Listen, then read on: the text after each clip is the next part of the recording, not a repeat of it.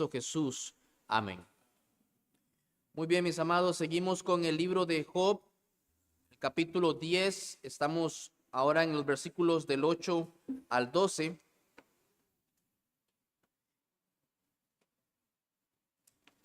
Job 10, 8 al 12, que son los pasajes que vamos a estar estudiando en la tarde de hoy. A inicios del siglo XX, los físicos Paul Langevin y Konstantin Chilowski desarrollaron el primer dispositivo de ultrasonido para detectar submarinos durante la Primera Guerra Mundial. Estos fueron los primeros que desarrollaron el famoso ultrasonido. Para los años 50, el neurólogo austriaco Karl Dussig lo utilizó para ver tumores cerebrales. Y ya para los años 90 se encontraba el ultrasonido presentando imágenes en 3D y 4D.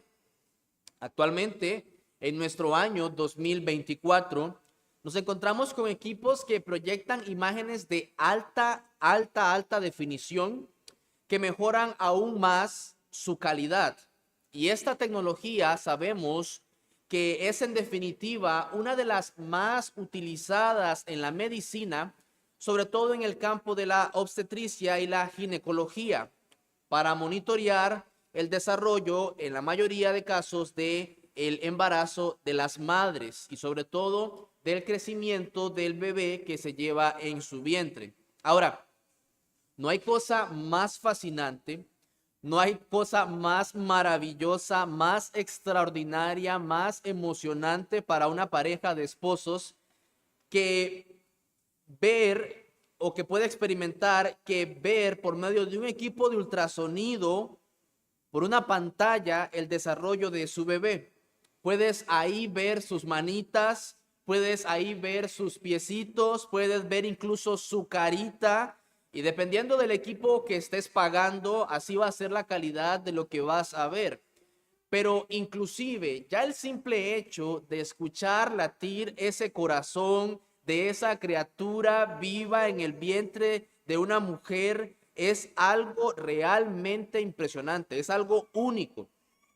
De hecho, cuando mi esposa y yo fuimos a donde el doctor para escuchar por primera vez el corazón de nuestro hijo, en cuestiones de semanas, el doctor pone el Doppler cardíaco y ese corazón sonaba muy fuerte y latía muy rápido y le digo yo al doctor, doctor, ¿ese es el corazón de mi hijo o es el mío? Porque estaba muy acelerado y yo estaba realmente muy emocionado. Ahora, vamos a ver a Job en los capítulos del capítulo 10, del 8 al 12, un hombre que sin la posibilidad de tener un aparato de tan alta tecnología y solo por la inspiración del Espíritu Santo es capaz de describir cosas realmente maravillosas al referirse a la obra creadora de Dios en el hombre. Una obra realmente tan perfecta, tan impresionante y tan única que vamos a estar desarrollando en la tarde de hoy, pero que al mismo tiempo Job no logra entender cuál es el propósito por el cual Dios está destruyéndolo. Y entonces esto es lo que también genera una confusión en la mente de Job. Y es así como vamos a estar estudiando nuestro primer encabezado en la tarde de hoy, los versículos del 8 al 12. En realidad van a ser solamente 2 encabezados los que vamos a estar viendo, versículos del 8 al 12, y después de ahí aplicaciones prácticas que podemos extraer. Ahora, primeramente vamos a ver entonces la reflexión de Job sobre la minuciosa creación de Dios en el hombre. Ahora, él da en estos versículos una agrupación de pensamientos positivos. A lo largo del libro de Job encontramos cómo Job se expresa de una manera bastante negativa en diferentes escenarios, pero en este escenario Job habla un poema realmente hermoso, maravilloso, exquisito, decían algunos comentaristas, y es que no podemos perder de vista que esto es poesía. Es poesía. El libro de Job en la mayoría es poesía, pues él usa una poesía realmente muy impresionante. Y por lo menos en los versículos 8 al 9 vamos a estar encontrando lo que es el reconocimiento de su origen. Job entiende de dónde es que él procede, cómo es que él, de dónde es que él viene. Y dice versículos 8 y 9, tus manos me hicieron y me formaron. Ahora pasamos al versículo 9. Acuérdate que como a barro me diste forma. Vamos a leer luego las preguntas que dice ahí mismo en los versículos 8 y 9, pero por lo menos la primera parte que dice, tus manos me hicieron y me formaron, lo que da a entender es que Job está siendo enfático y dice, Dios, esta expresión me hicieron, me formaron, lo que da a entender es un empeño de parte de Dios. Indica que Dios realmente dedicó un tiempo para una obra de arte realmente difícil, una obra especial. Ahora, no es que algo sea difícil para Dios, obviamente no es así, pero lo que entendemos es que es una obra especial y que realmente esta obra tiene la atención de Dios. Esta obra tiene la atención de Dios. Él dice, Job está entendiendo, tú me formaste, tus manos.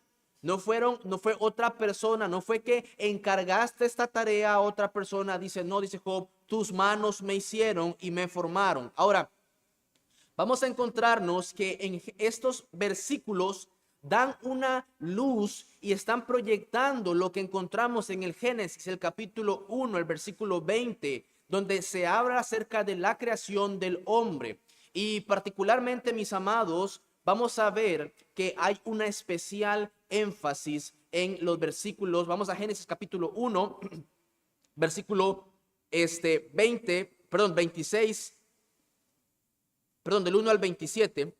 Vamos a encontrarnos que este pasaje lo que nos muestra es cómo Dios crea al hombre, crea las criaturas que él hizo, animales, todo ser viviente, pero al hombre tiene una intención realmente especial y diferente. Versículo 20 del capítulo 1 de Génesis, dijo Dios, produzcan las aguas seres vivientes y aves que vuelen sobre la tierra en la abierta expansión de los cielos. Y dice, y creó Dios los grandes monstruos marinos y todo ser viviente que se mueve, que las aguas produjeron según su género y toda ave alada según su especie, y vio Dios que era bueno. Ahora, note cómo dice que él abrió su boca, dijo, produzcan, y también para evitar que alguien pensara que fue el agua la que lo produjo, dice, y hizo Dios. O sea, fue Dios el que hizo esos animales. No fueron las aguas puntualmente. No, él habló, él las hizo. Ahora nos vamos al versículo 24 y 25 y dijo, luego dijo Dios, produzca la tierra seres vivientes según su género, bestias y serpientes y animales de la tierra según su especie, y fue así. Y note lo que dice el versículo 25. E hizo Dios animales de la tierra según su género y ganado según su género y todo animal que se arrastra sobre la tierra según su especie. Y vio Dios que era bueno. Una vez más le dice Dios a la tierra, produzca la tierra. Pero luego dice, y Dios lo hizo. Y Dios lo hizo. Pero ahora nota lo que dice con respecto al hombre. En los versículos que siguen, versículo 26 dice, entonces dijo Dios, hagamos al hombre a nuestra imagen, conforme a nuestra semejanza, y señoree en los peces del mar, en las aves de los cielos, en las bestias, en toda la tierra y en todo animal que se arrastra sobre la tierra. Dios hizo al hombre corregente de su creación. El hombre iba a gobernar como Dios también estaba gobernando. Pero nota lo que dice el versículo 27. Y creó Dios al hombre a su imagen, a imagen de Dios lo creó, varón y hembra los creó. 3 veces en un mismo texto. 3 veces en un mismo texto Moisés recalca que Dios creó al hombre. Hay un énfasis especial en esta creación que distingue por mucho al resto de la creación. Y vamos a estudiar eso más adelante. Ahora, nota la diferencia entre los hombres, entre los animales y Dios. Pero no solamente esa, realmente la diferencia puntualmente. Vamos a los versículos 9 de Job, que seguimos estudiando, y dice, como a barro me diste forma. Dice Job otra vez, dice, como a barro me diste forma. Y una vez más, esto nos va a conectar con Génesis capítulo 2, versículo 7, donde dice que entonces Jehová Dios formó al hombre del polvo de la tierra. Mis amados, Job no tenía el libro de Génesis, pero había en él un conocimiento de la historia de la creación de Dios que era real, que era verdadero, que era certero. Los padres, la humanidad estaba entendiendo, sabía quién los había creado. En esta época, los hombres tenían muy claro la historia acerca de la creación del hombre. Dios había hecho al hombre. No era desconocido esto para los hombres de la época. Los hombres no estaban batallando en que quién nos había hecho, cómo. No, ellos sabían. Ellos sabían. Ahora, acá hay una pequeña exhortación en que debemos ser fieles en la enseñanza para que las próximas generaciones guarden sin adulterar el mensaje de la palabra de Dios. Tenemos que ser fieles en guardar el mensaje de la palabra de Dios. Pero volviendo al capítulo, perdón, al versículo 9, Job no tiene la intención de señalar la naturaleza perecedera de los materiales, o sea, el barro. Job no quiere que, y Dios no quiere que nosotros veamos, que me hizo como con el barro y esto. No. Lo que quiere realmente el Señor mostrarnos, lo que realmente quiere enfatizarnos el texto es cómo se lleva a cabo la maravillosa formación del hombre por el alfarero divino. Ese es el punto del texto. No es que tú mires que fuiste creado del barro, es que tú veas cómo el alfarero te hizo a ti y me hizo a mí. Job no le importa que tú veas barro, dice, tú me hiciste como al barro. Como al barro tú me tomaste, me diste forma. Fue Dios el que tomó al hombre, lo ha formado. Y imagina por un momento las manos del Dios Todopoderoso. Y esto realmente destaca una acción personal e íntima de parte de Dios, algo cercano. Imagina las manos de Dios formándonos cuidadosamente, como lo hizo con Adán. Como él toma una materia incoherente y desconectada, el polvo, y la conforma en un organismo vivo de maravillosa complejidad. Job no está pensando en que él fue tomado del polvo literalmente, como si fue Adán. Job lo que está haciendo es un fuerte énfasis en el entendimiento que él tenía acerca de que Dios lo había hecho a él de manera detallada. Dios es el autor intelectual de lo que soy y el que me hizo tal como me ven hoy. Fue Dios. Ahora, versículo 10 dice así, ¿no me vaciaste como leche y como queso me cuajaste? Obviamente esto es una metáfora, no está hablando en un sentido literal, pero esto realmente destaca la idea de que hacer este proceso de vaciar leche y de cuajar como a queso es algo que realmente se hace con mucho cuidado, de una manera muy delicada, con mucha precisión. No fue algo que Dios se haya tomado de forma ligera a la hora de formar a Job.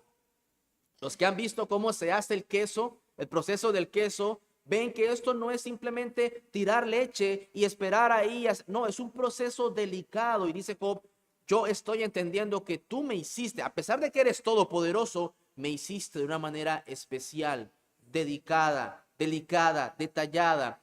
Y lo que vemos en los versículos 11 es lo complejo y detallado de su creación. Job expande más el texto cuando dice, me vestiste, versículo 11, me vestiste de piel y carne y me tejiste con huesos y nervios. Más adelante, en el Salmo 139, el versículo 15, el salmista diría: no fue encubierto de ti mi cuerpo, bien que en oculto fui formado y entretejido en lo más profundo de la tierra. Salmo 139, 15. Los detalles más insignificantes, Dios los consideró a la hora de formarlo a él. Dios consideró esto cuando estaba desarrollando a Job, y Job tiene esas cosas realmente grabadas en su corazón. Y dice Job, de manera para sellarlo, todo su poema, él dice, habla de un sello en la obra creadora de Dios en el versículo 12. Vida y misericordia me concediste, y tu cuidado guardó mi espíritu. Una vez más, Job habla de Génesis capítulo 2, el versículo 7, cuando dice la segunda parte: sopló Dios, sopló en su nariz aliento de vida, y fue el hombre un ser viviente. No fue simplemente que lo creó. Dios no hizo esto con ningún otro animal, lo hizo con el hombre. Sopló. No solo Dios formó a Job, sino además que le concedió vida y amor constante. Su cuidado providencial había preservado su espíritu. Hemos estado hablando un poco acerca de la providencia de Dios, cómo el Señor nos cuida desde el vientre de nuestras madres. Y dice: Dios, yo sé, tú has hecho todas estas cosas. A grandes rasgos, claramente podemos identificar cómo Job está diciéndole a Dios una y otra vez: tú fuiste el que hizo estas cosas, tú fuiste Dios el que me hizo a mí y me formó, tú fuiste el que me tomó como a barro, tú fuiste el que me vaciaste como a leche, y tú fuiste el que me cuajó. Tú, Dios, me vestiste de piel y carne y me tejiste con huesos y nervios. Tú fuiste el que me dio vida y misericordia, y tu cuidado guardó mi espíritu. Es entonces donde surgen las dudas que experimenta Job en los versículos 8 y 9, cuando dice: y luego, versículo 8, y luego te vuelves y me deshaces. Versículo 9, y en polvo me has de volver. Esta expresión, vuelves y me deshaces, lo que está diciendo también es: ¿y me vas a devorar? Mis amados, estas preguntas son el resultado de Job de intentar comprender cómo es el obrar de Dios, cómo es que Dios está obrando conmigo cuando en un principio fue tan intencionalmente amoroso y cuidadoso, pero que ahora pareciera que simplemente está empeñado en destruir todo lo que ha hecho. En este caso, a Job. ¿Cómo es que Dios, tú me hiciste de manera tan delicada, tan especial, tan detallada, y ahora estoy sufriendo de la manera en la que estoy sufriendo? Parece como que lo que hiciste con tanto amor ahora simplemente lo quieres destruir de un solo golpe.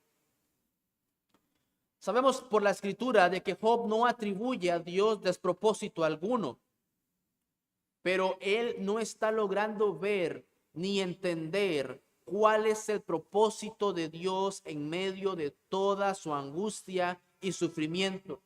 Por eso es que la última vez hablábamos cómo Job dice: hazme entender por qué contiendes conmigo. De hecho, todo lo que Job estaba experimentando, de todo lo que Job estaba experimentando, lo que realmente quebrantaba su alma era el no saber por qué estaba sufriendo. Yo no entiendo por qué estoy sufriendo, y si me voy del lado compasivo de Dios, no entiendo por qué es que Dios, después de haberme hecho, simplemente quiere y parece que quiere destruirme. Obviamente, Job hasta este capítulo no sabe todo lo que va a aprender más adelante acerca de Dios cuando le conoce de una manera mejor. Ahora, habiendo dicho estas cosas, vamos a extraer las aplicaciones prácticas de los textos que acabamos de leer. que son palabra de Dios y son útiles para nosotros. Y ese sería nuestro segundo encabezado, aplicaciones prácticas. En primer lugar, mis amados, en primer lugar, vemos que algunos de los gritos más frenéticos de Job nos han hecho temer, pensando que Job parece que va a caer en incredulidad. Es como cuando él en el capítulo 3 dice, mejor hubiera sido que nunca hubiera nacido. Si hubiera sufrido de esta manera, si yo estoy sufriendo de esta manera, mejor es que nunca hubiera nacido. Parece que Job va a perder su fe. Pero ahora, en este poema, en este exquisito poema, como dicen los comentaristas, Job está dejando claro que confía básicamente en que las intenciones de Dios eran buenas al crear al hombre. Las intenciones de Dios eran buenas al crear al hombre. Como dice en Génesis, y vio Dios que era bueno en gran manera. Mis amados, tenemos que recordar de manera especial que fue Dios el que nos hizo a nosotros. Dios fue el que nos hizo a nosotros. Dios, por medio de su palabra, es como si te estuviera diciendo a ti y a mí, mis manos te hicieron y te formaron. Como a barro te di forma, te vacié como a leche y como a queso te cuajé, te vestí de piel y carne. Fui yo el que te tejió tus huesos y nervios. Vida y misericordia te concedí y mi cuidado guardó tu espíritu. Mis amados, Dios fue el que nos hizo. Y yo sé que todos sabemos esto. Creo que está muy claro para nosotros. Aquí no somos evolucionistas. Sabemos y entendemos que Dios nos hizo. Ahora, hay dos aspectos importantes para destacar con respecto a que Dios nos hizo. En primer lugar, está la dignidad del hombre en la creación. Dios nos hizo. Amén.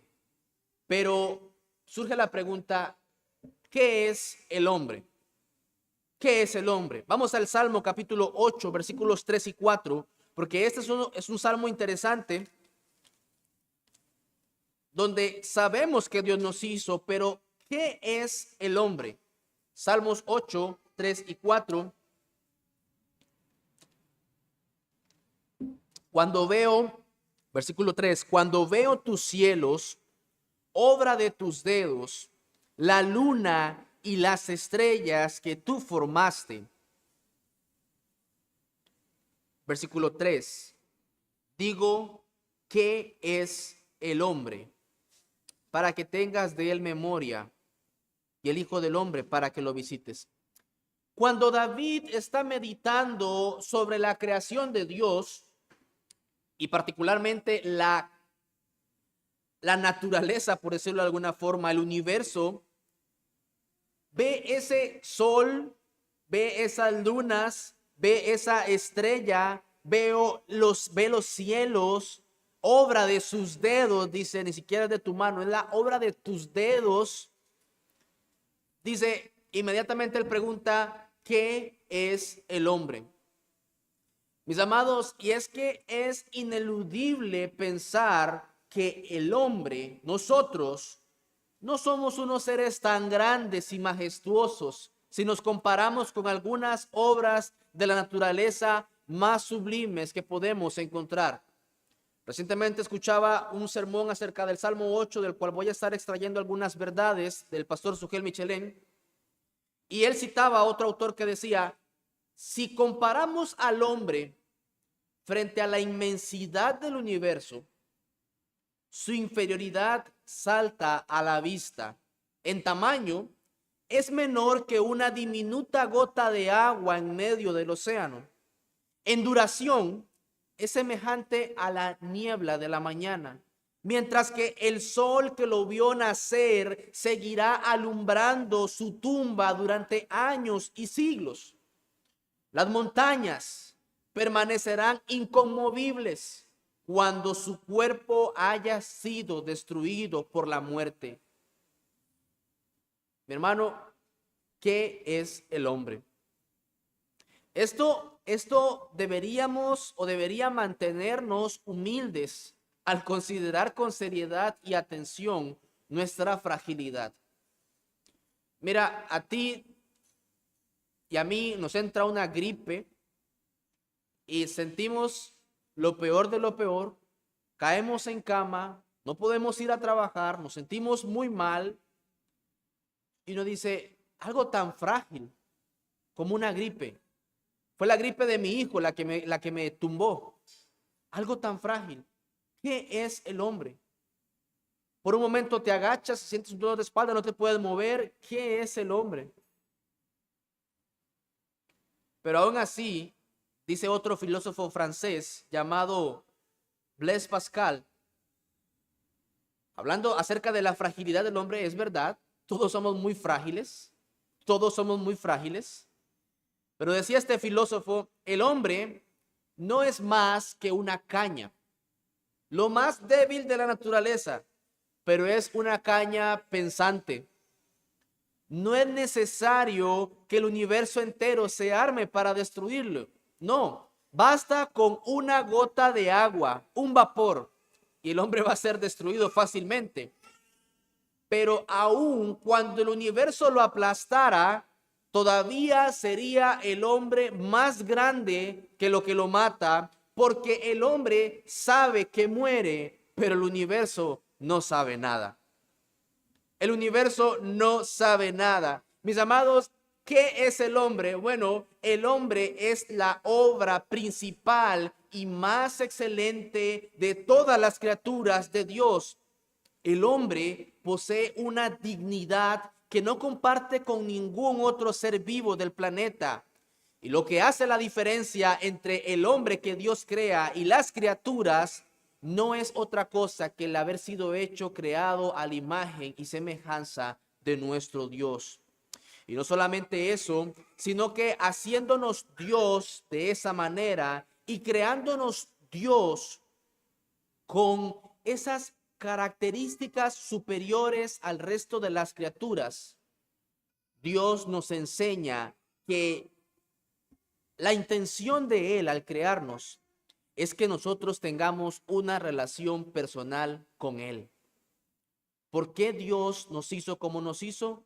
Para que nosotros pudiéramos tener una relación personal con Él. Versículo 4. Digo, ¿qué es el hombre para que tengas de él memoria y el hijo del hombre para qué? Para que lo visites. Para que lo visites. Mis amados, cuán extraordinaria es la gracia de Dios que siendo tan excelso, tan majestuoso como la creación nos hace ver, Él hace de nosotros criaturas débiles el objeto de su atención. Para eso nos creó como seres pensantes, para que nosotros pudiéramos tener una relación personal con Él.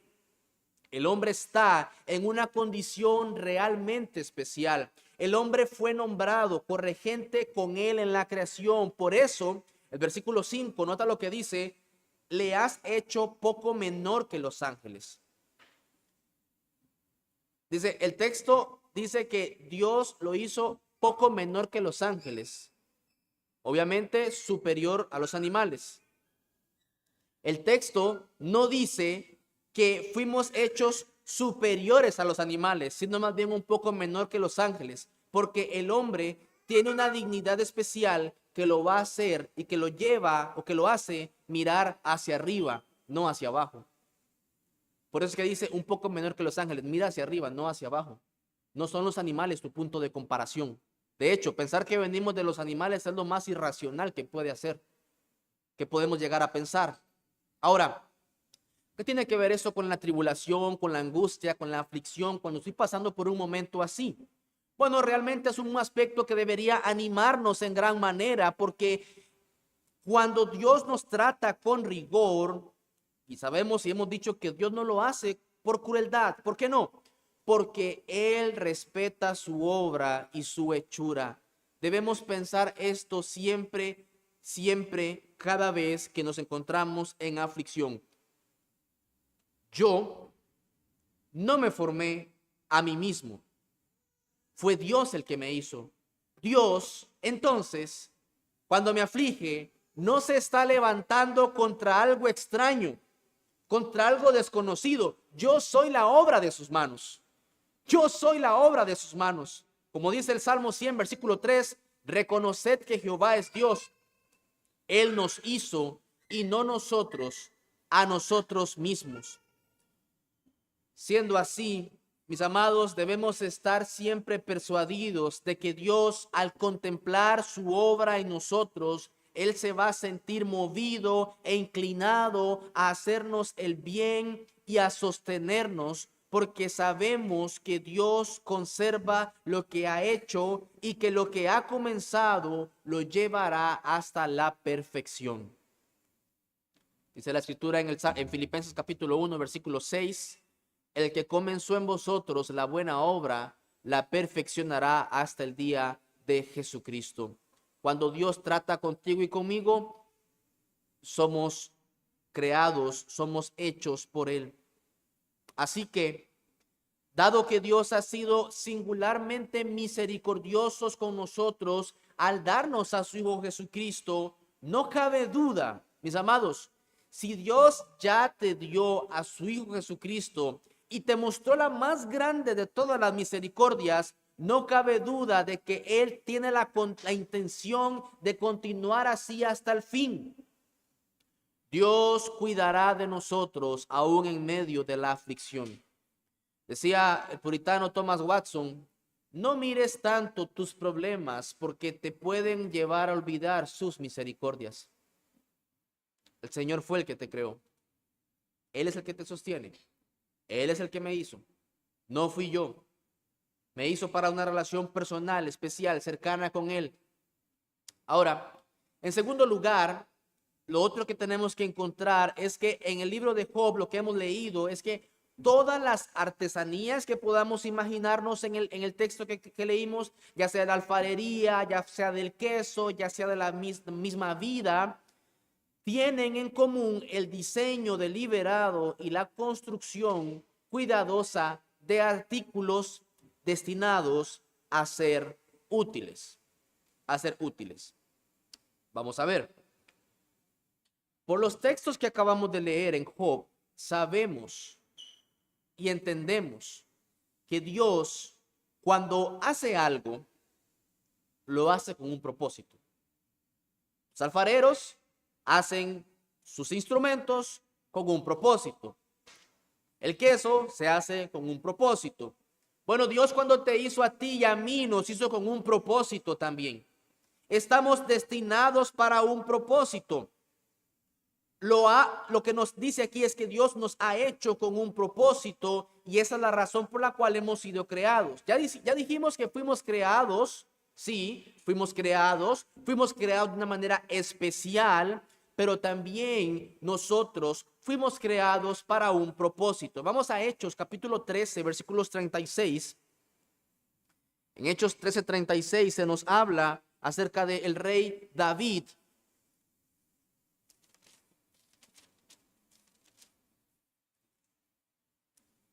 Hechos 13:36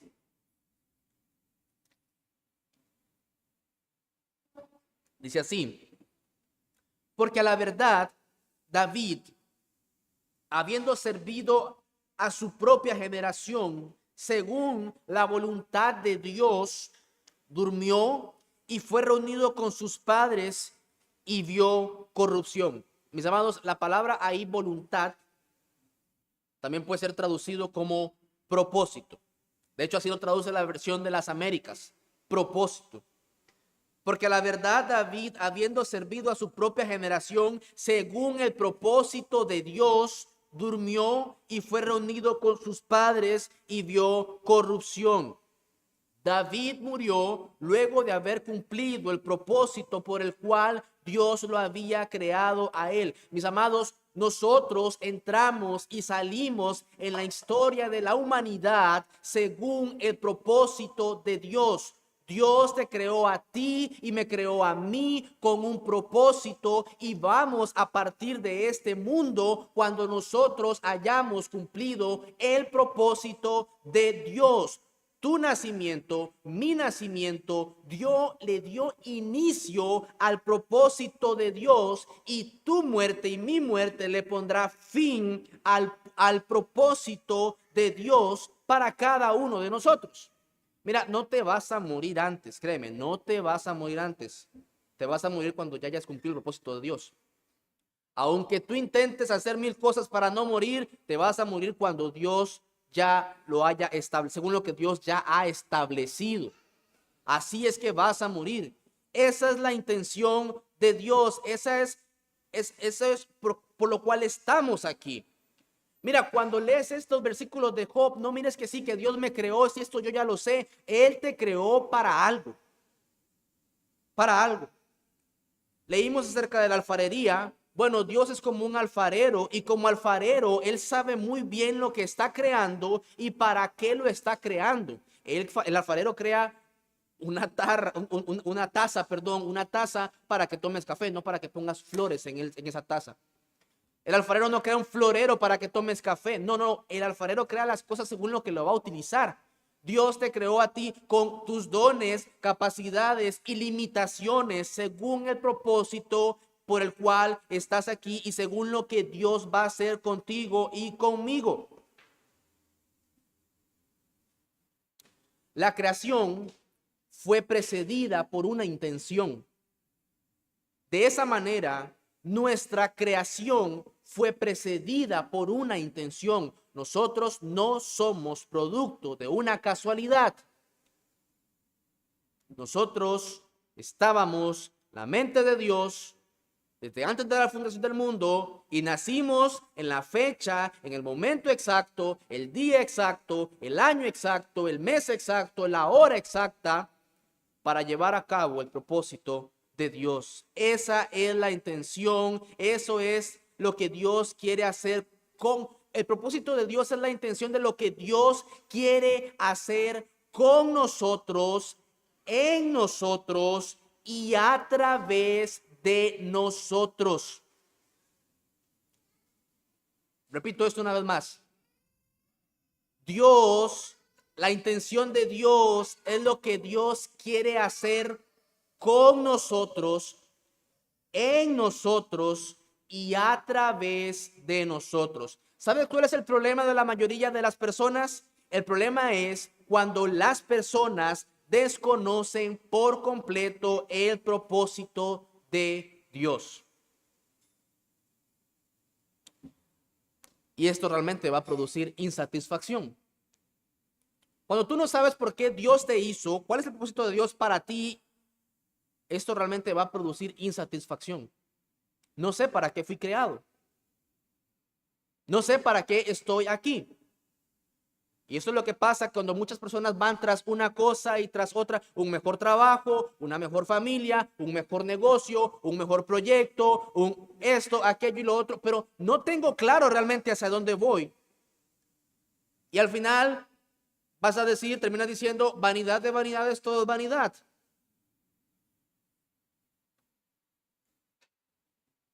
La insatisfacción ocurre cuando no entendemos el propósito por el cual Dios nos tiene donde nos tiene y nos tiene como nos tiene.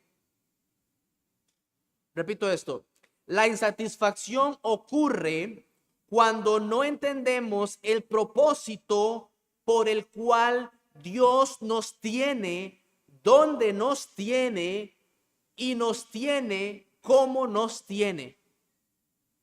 Es que yo voy a estar mucho mejor cuando tenga un mejor salario.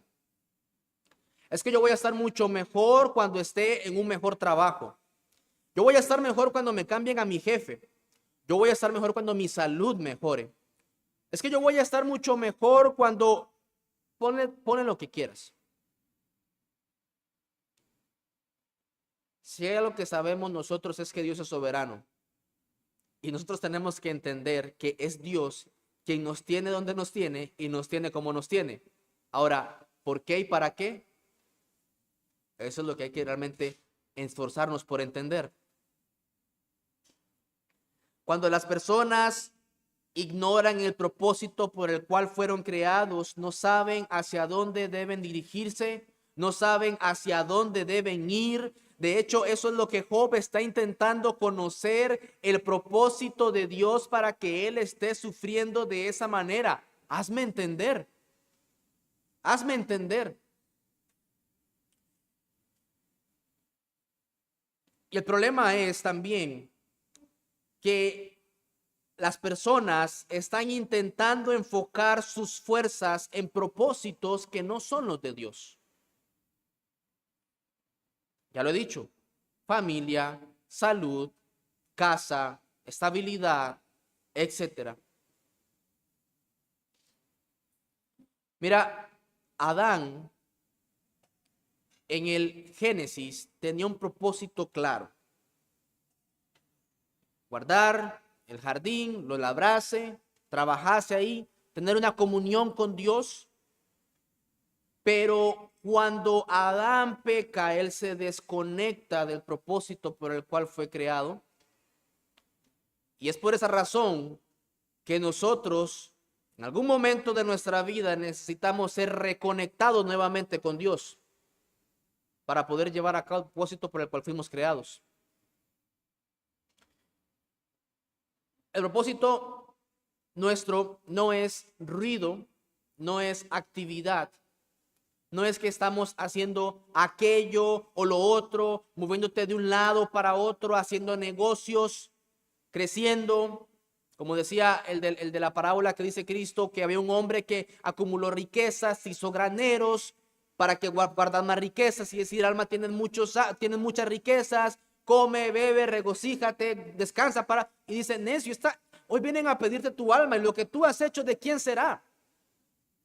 Mira, cuando no tenemos claro cuál es nuestro propósito, ¿qué va a pasar con todo lo que nos esforzamos? Mira, tú te esfuerzas por tener todo lo que puedas y vas a morir de un pronto a otro, y eso a quién le va a quedar. De hecho, es lo que Eclesiastés dice. Te esfuerzas, tienes lo que tienes, ¿y a quién le va a quedar? ¿A quién le va a quedar?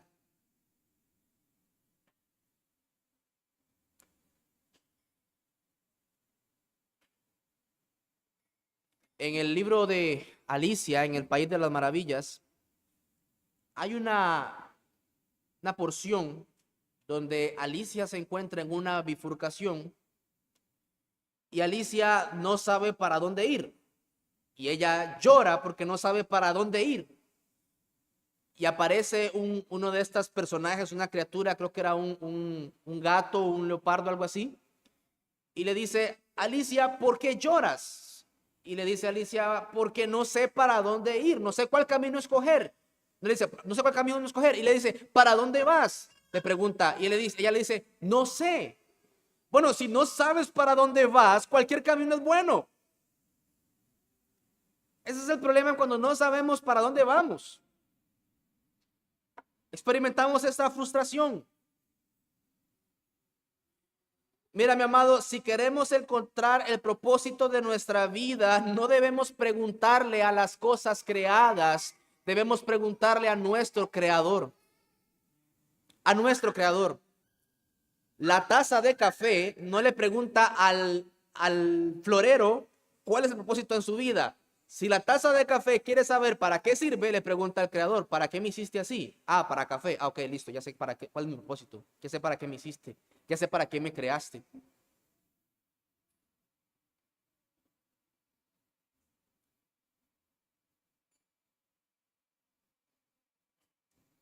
¿Cuál es nuestro propósito? Ahora, tú puedes decir, bueno, yo soy abogado, yo soy ingeniero, yo soy pastor, lo que sea. ¿Ese es mi propósito? No. Mis amados, el propósito no es lo que somos. En realidad lo que somos es el instrumento por el cual Dios lleva a cabo su propósito. Dios nos hizo lo que somos para que llevemos a cabo su propósito. Maestra, abogado, ingeniero, jefe, lo que sea. Dios nos ha puesto en ese lugar, en esa posición, para que nosotros llevemos a cabo el propósito que Él tiene. Mira, un propósito para algo es la intención original, es llevar a cabo la intención original para lo cual algo ha sido creado. ¿Cuál es la intención original para la cual nosotros fuimos creados? ¿Cuál es? Bueno, sabemos que nosotros, el propósito nuestro es glorificar a Dios y disfrutar de Él por siempre. Fuimos creados para amar y conocer a Dios. Eso ya lo sabemos. Alabes en eso el que estuviera de alabar, en conocerme y en entenderme, que yo soy Dios. En Isaías 43, versículo 7, dice: todos los llamados de mi nombre, para gloria mía los he creado, los formé y los hice. De manera general, mis amados, nosotros somos creados para glorificar a Dios, para glorificar a Dios. Ahora, dame aspectos prácticos de lo que me estás queriendo decir. Juan 8:12, vamos a Juan 8:12. Vamos a estar leyendo algunos pasajes de manera rápida. Juan 8:12. El Señor Jesús dice lo siguiente: otra vez Jesús les habló diciendo: yo soy la luz del mundo. El que me sigue no andará en tinieblas, sino que tendrá la luz de la vida. Ahora vamos a Mateo capítulo 5, el versículo 14.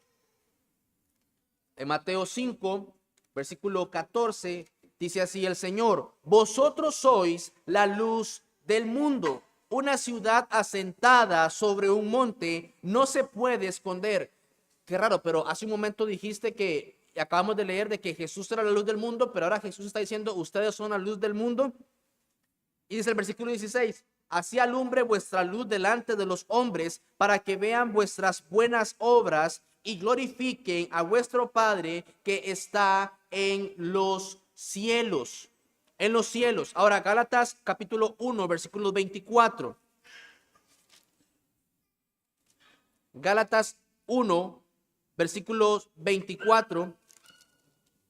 Dice así, hablando el apóstol Pablo: y glorificaban a Dios en mí. Dice en el versículo 23: solamente oían decir: aquel que en otro tiempo nos perseguía, ahora predica la fe que en otro tiempo asolaba, y glorificaban a Dios en mí. Mira, mis amados, nosotros somos puestos para glorificar a Dios, y la manera en la que nosotros vamos a glorificar a Dios es por medio de Jesucristo, esa luz del mundo, que esa luz alumbra en nosotros, vean nuestras buenas obras y glorifiquen al Padre que está en los cielos. Somos puestos para que la luz de Cristo alumbre en todo lo que hacemos nosotros. Mira, tú eres un abogado, tú sirves a Dios ahí como abogado. Tú eres un ingeniero, sirves ahí a Dios como ingeniero. Tú eres una maestra, sirves a Dios ahí como maestra. En los instrumentos, en la manera en la que Dios nos ha puesto, es para que nosotros dejemos nuestras buenas obras, hagamos nuestras buenas obras, ya no para salvación, porque nadie es salvo por obras. Hacemos buenas obras para que vean a Dios, para que glorifiquen a Dios. Si hay un grupo de personas con los que debería ser fácil tratar, es con los cristianos. Hacer negocios, en la manera en que hacemos negocios, debería ser la manera más justa, más responsable, más correcta. La enseñanza, cuando enseñamos a otros, cuando administramos, cuando ejecutamos. El cristiano debería y es totalmente diferente a todos los demás, porque nuestro jefe no es el jefe que tenemos inmediato. Nuestro jefe es Dios. A Cristo el Señor servís. Para eso fuimos creados. Para eso fuimos salvados, para que glorifiquen a nuestro Padre en lo que nosotros hacemos, para que reconozcan que estuvimos con Jesús. ¿Recuerdas cuando Pedro estaba tratando de negar a Jesús y le dice: mira, aún tu manera de hablar te delata, aún tu manera como tú hablas te delata. ¿Cómo confías en la providencia? ¿Cómo descansas en Dios? ¿Cómo buscas a Dios? ¿Cómo tratas a otro? Ahí estás glorificando a Dios. Veamos otro texto, Juan capítulo 15.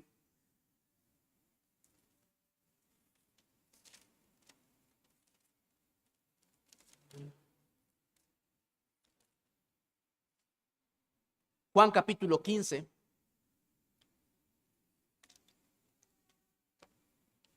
Vamos a leer el versículo 8 y luego nos vamos a devolver al versículo 1. Dice, perdón, en esto es glorificado mi Padre, en que llevéis mucho fruto y seáis así mis discípulos. De manera simple, llana y sencilla, el texto dice, tú vas a glorificar a Dios cuando tú lleves mucho fruto, ¿verdad? Eso es lo que nos dice el texto. Y entonces los cristianos van a decir, bueno, ahora tengo que empezar a llevar fruto. Tengo que esforzarme por llevar mucho fruto. Tengo que esforzarme por producir fruto. Mira lo que dice el versículo 1. Yo soy la vid verdadera y mi Padre es el labrador. Todo pámpano que en mí no lleva fruto lo quitará, y todo aquel que lleva fruto lo limpiará para que lleve más fruto. Ya vosotros estáis limpios por la palabra que os he hablado. Permaneced en mí y yo en vosotros. Como el pámpano no puede llevar fruto por sí mismo si no permanece en la vid, así tampoco vosotros si no permanecéis en mí. Yo soy la vid, vosotros los pámpanos. El que permanece en mí y yo en él, este lleva mucho fruto, porque separados de mí nada podéis hacer. El que en mí no permanece será echado fuera como pámpano y se secará. Y los recogen y los echan en el fuego y arden. Si permanecéis en mí y mis palabras permanecen en vosotros, pedid todo lo que queréis y os será hecho. En esto es glorificado mi Padre, en que llevéis mucho fruto y seáis así mis discípulos. Mis hermanos, ¿cuál es la clave? ¿Cuál es la clave para llevar mucho fruto? Permanecer en Jesús. Permanecer en Jesús. Miren, nosotros solo somos ramas que si nos desconectamos de la vid principal, no vamos a producir absolutamente nada. Nada.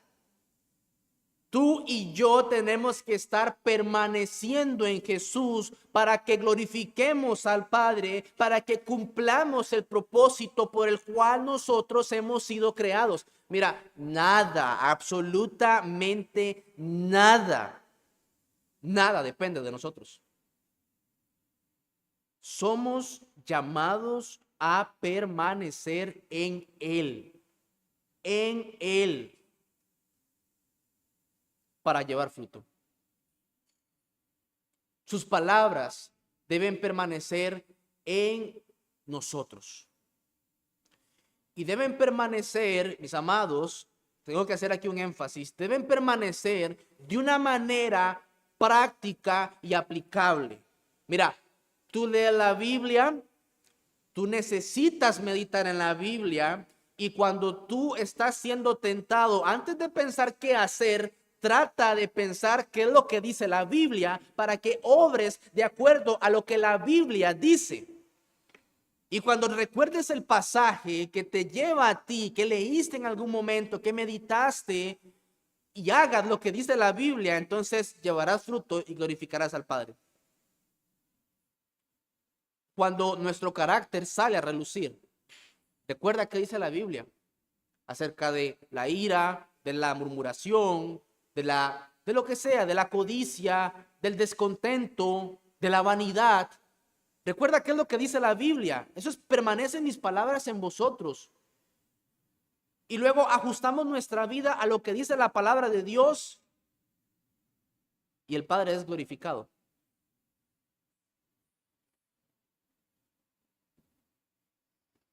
Dice en 1 Corintios capítulo Segunda de los Corintios, el capítulo 5, el versículo 14, dice así: porque el amor de Cristo nos constriñe. Esa palabra nos constriñe significa nos obliga. El amor de Cristo nos obliga. No es la fuerza de Cristo, la fuerza del Dios Todopoderoso te obliga. No, no, es el amor de Cristo te obliga. Bueno, ¿y cuál es ese amor de Cristo? Dice, pensando en esto, que si uno murió por todos, luego todos murieron y por todos murió. ¿Para qué? Para que los que vivan ya no vivan para sí, sino para aquel que murió y resucitó por ellos. Mis amados, vivimos para Él. Dice el apóstol Pablo, y lo que ahora vivo en la carne, lo vivo en la fe del Hijo de Dios, el cual me amó y se entregó a sí mismo por mí. Mira, ¿quieres saber si tú estás viviendo para la gloria de Dios y cumpliendo el propósito por el cual Dios te creó? Piensa realmente cómo haces lo que haces. ¿Cuál es la motivación que te impulsa a hacer lo que haces? Madres, hace un tiempo atrás escuchaba a una madre, una historia real de un par de madres jóvenes que hablaban acerca de que estaban sufriendo con sus hijos en la disciplina, en la educación, y que se esforzaban para que sus hijos pudieran entender el evangelio, creer en el evangelio, pero asimismo se animaban pensando en los frutos que iban a tener al futuro cuando sus hijos crecieran y vieran todo lo que sembraron y cómo esto empieza a desarrollarse y ver frutos de salvación. Y había una madre que estaba escuchando esa conversación y le dice, miren mis hermanas, tengo que decirles algo. Yo crié a mis hijos para la gloria de Dios, me esforcé, hice lo que hice, pero el Señor no les ha salvado al día de hoy. El Señor no les ha salvado al día de hoy, pero yo los crié para la gloria de Dios. Mis hermanas, la salvación es del Señor, pero tú cría a tus hijos para la gloria de Dios. Para la gloria de Dios. Si el Señor les salva, y yo sé, hacemos todo nuestro esfuerzo como padres para que el Señor salve a nuestros hijos, hacemos todo lo que nos viene a la mano para hacer, pero no lo hacemos para que el Señor les salve porque la salvación es del Señor, lo hacemos para la gloria del Señor. Para la gloria del Señor. ¿Cómo trabajas, mis hermanos? ¿Cómo trabajamos nosotros? ¿Para la gloria del Señor? Así que cuando trabajamos no debemos trabajar como para que nos vean nuestros amos, sino con ánimo pronto. A Cristo el Señor servís. ¿Cómo tratas a tus subalternos? ¿Cómo llevamos nuestro matrimonio? ¿Es para la gloria del Señor todo lo que hacemos? Si nosotros estamos continuamente pensando que debemos hacer todo lo que hacemos para la gloria del Señor, mire, mis hermanos, hasta la manera de comer se nos va a corregir en muchas áreas. Dice, si pues coméis o bebéis o hacéis cualquier otra cosa, hacerlo todo para la gloria de Dios. ¿Sabe que el cristiano come para la gloria de Dios? Ya comiste, ya te sientes satisfecho, ya, para la gloria del Señor. Los incrédulos comen hasta saciarse, hasta sentir que ya no pueden más.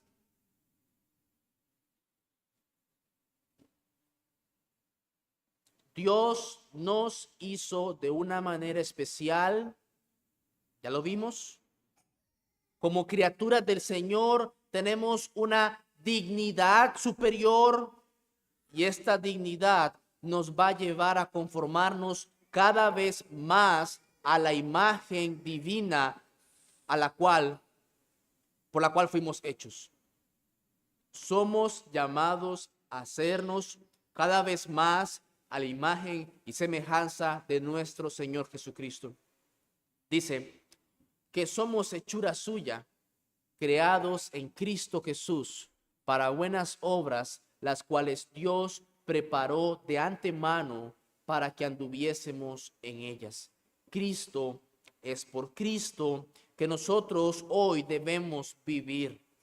Es por Cristo que nosotros debemos movernos y hacer lo que hacemos. Porque el impío no puede hacer lo que hace, no encuentra satisfacción porque no tiene a Cristo. Mira, Dios nos hizo, en el principio nos creó, y el hombre buscó muchas perversiones. Es lo que dice Eclesiastés 7:29. He aquí solamente esto he hallado, que Dios hizo al hombre recto, pero ellos buscaron muchas perversiones. Por eso nosotros necesitamos ser nuevas criaturas. Y nosotros ahora somos nuevas criaturas creados en Cristo Jesús. Dice que de modo que si alguno está en Cristo, nueva criatura es. Las cosas viejas pasaron, he aquí todas son hechas nuevas. Si tú no estás en Cristo, tú necesitas ser una nueva criatura. Tú ya fuiste creado físicamente de una manera muy especial, pero necesitas ser creado por Cristo como una nueva criatura. Porque estando en honra, si no entiendes, dice el Salmo 49:20, el hombre que está en honra y no entiende, semejante es a las bestias que perecen. Si Cristo no ha transformado tu vida, si Dios no ha hecho un cambio en tu vida, vas a ser igual que esas bestias que perecen. No va a haber mucha diferencia entre un hombre y un animal que perece, porque pereció sin entendimiento. Debes ir a Cristo para entender realmente cuál es tu propósito y también para que puedas vivir para Él y glorificarle solamente a Él. Oremos. Dios y Padre, te damos gracias por tu palabra y suplicamos que nos ayudes a vivir de acuerdo a lo que tu palabra nos dice. Haznos vivir para tu gloria. Te lo suplico en Cristo Jesús. Amén.